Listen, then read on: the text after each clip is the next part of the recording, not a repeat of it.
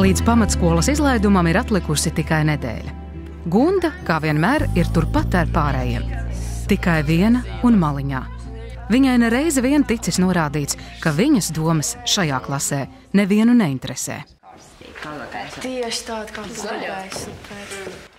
Kas tev ir kaut kādām dīvainām krāsām viss laiks? Nespēju, par mani lūdzu. Bet labāk izvēlēsim, ko mēs dāvināsim skolā. Puķis dāvinam, jā. Puķis tas jau ir pats par sevi saprotams, bet vēl kas jā.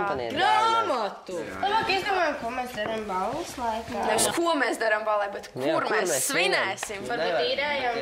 Īrēt, nē. Pie manīm arī nevar. Es nevaru, man vecāki būs mājās. Senči. Bet tevīm, Protams. Tevīm.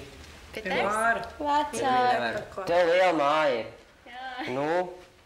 Bet izmierēt tas dāvi. Paldies, Korna. Māri, Tas senčs, ko patīk. Man ir vecāki mājās. braucam pie viņas. Pie manis nevar, man senčs mājās. Kas visiem ar tiem senčiem, nu? Vai taču iet?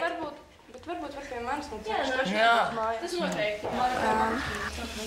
Jā, pie tevis.